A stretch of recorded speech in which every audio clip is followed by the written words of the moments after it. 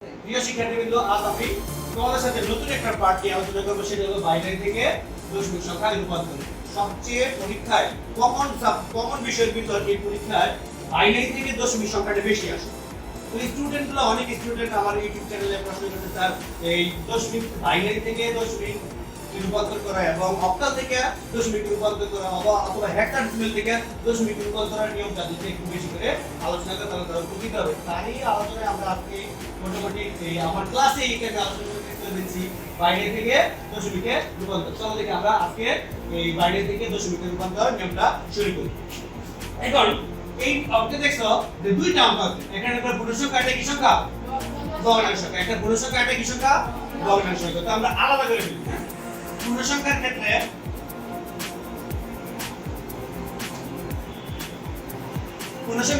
তাহলে পূর্ণ সংখ্যা লিখি 01।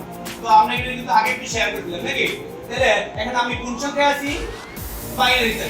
কিসে আছি? বাইনারিতে, ঠিক না? তাহলে বাইনারিতে আমার বৃদ্ধি হলো বাইনারি, তাহলে বাইনারি বৃদ্ধি কত? 2। তাহলে আমি এবার লিখতে দেব 1 ইনটু আমার বৃদ্ধি কত? 2 2। তাহলে আমি কি এই অঙ্কটা কাজ করতেছি, এরপরে কয়টা অঙ্ক আছে? 3টা। সেজন্য আমার পাওয়ার কত? 3। তারপরে এই অঙ্কটা কাজ করি 1 ইনটু, ঠিক আছে, আর কয়টা আছে? 2টা। তারপরে 0 নাকি? তারপরে কয়টা অঙ্ক আছে? একটা। তারপরে কত? 1 ইনটু, তারপরে কয়টা আছে? 9, তার মানে 0, ঠিক না? তাহলে আমরা ইকুয়েশনটা করে দেখো 1 ইনটু 2 এর উপর 3 এর কত? 2 2 কবে লিখে দিল? 2 কবে লিখে দিল? 3 বার।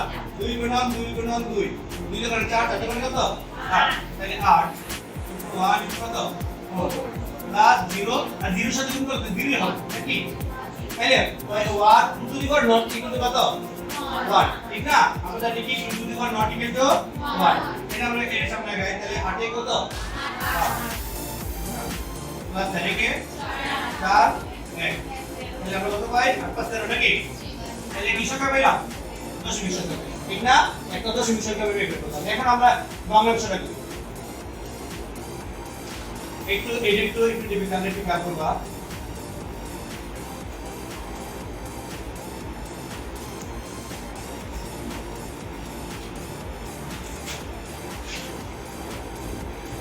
এটা নাকি?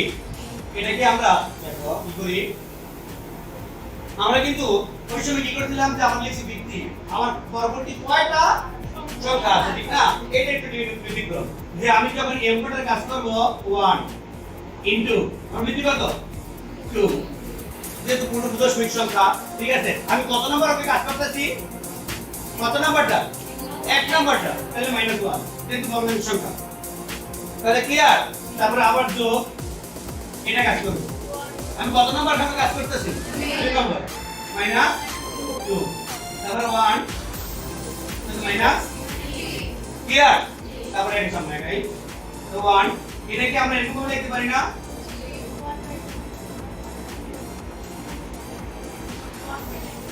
1/2, ঠিক আছে? এটা কি আমরা লিখতে পারি?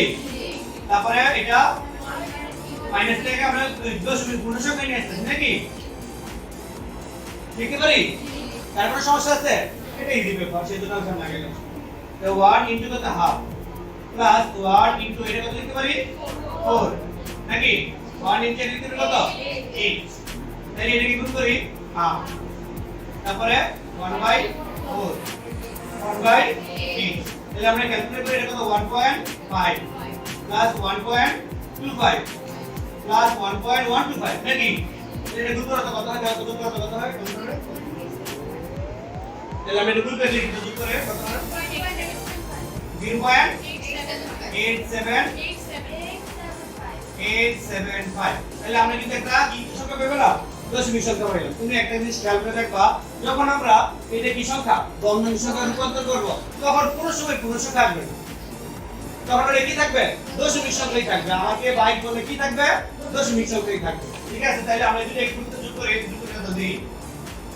তবে আরেকটা কথা, যদি কোনো সময় কিছু ক্ষেত্রে আসে না, বৃদ্ধি করবে, এটা তোমাদের নাই, ঠিক আছে? এটা আমরা খেয়াল করে রাখবো যে ভগ্নাংশটা কি আসবে? দশমিক সংখ্যাই আসবে। তাহলে আমরা এটা কিভাবে লিখবো দেখো, যে 1 1 0 1.11 ঠিক আছে এটাকে আমরা পূর্ণসংখ্যা কত আছে 13 দশমিক এটা কত হলো 875 ইয়ার মানে কি বলতে পারছি তাহলে আমরা রূপান্তর করলাম কি দশমিক থেকে সরি বাইরে থেকে দশমিক ঠিক আছে তাই আমরা কি ইংলিশে আলোচনা করলাম যে বাইরে থেকে দশমিক পরবর্তী ক্লাসে আরো নতুন জিনিস নিয়ে আসবো